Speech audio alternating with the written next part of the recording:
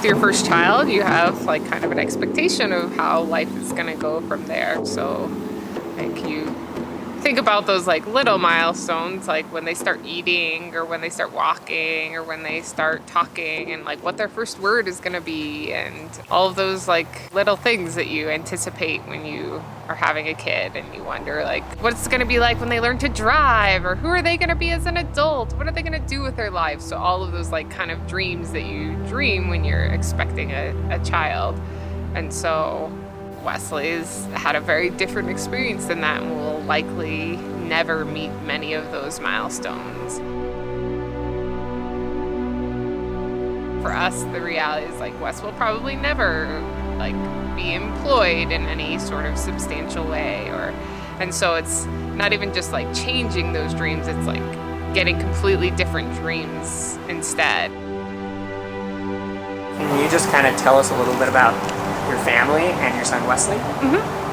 So we have 4 kids. So Wesley is 9, and then we have Waverly is 7, Willow is 4, and Wilder is almost 2. My husband is police, military. I was a teacher before having kids. So Wesley, when he was born, his heart stopped during labor. They still don't know why, and that caused his brain to be without oxygen for a long time. And so he has a pretty profound brain injury from that, and so needs full-time care. So he's in a wheelchair, he uses a communication device sometimes, and kind of needs us to take care of all of the activities of life. But he loves music and has a funny laugh, and he will play drums all day and loves going for walks outside and just enjoying life in general. So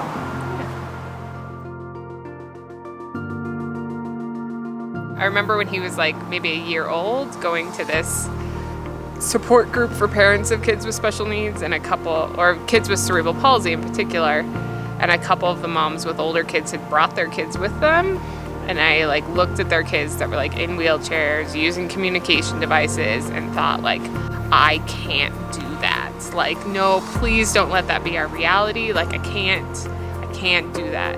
And now that's totally our reality, and I totally can do it because it is, and it's my kid, and it's different. But just that like kind of gradual process of really realizing what this is gonna be like.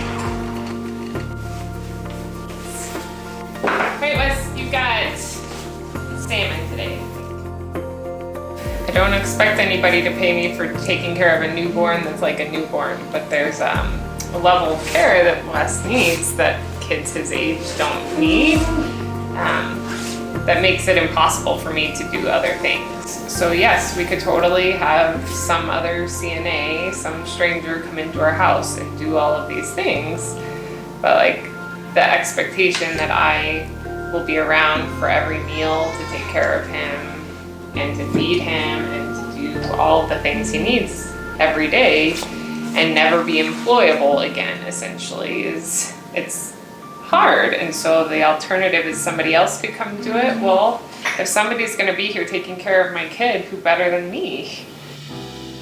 The advantage is to not having to be searching for caregivers to come in and take care of a kid that I would desperately like to be there and take care of myself.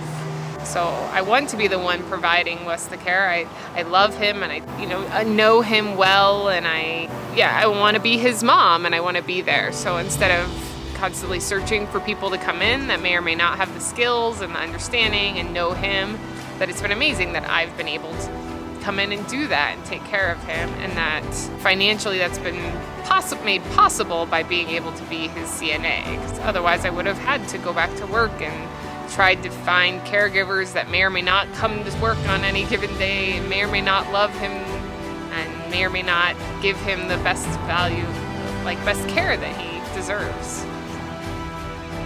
I'm Megan, and I'm a tough advocate.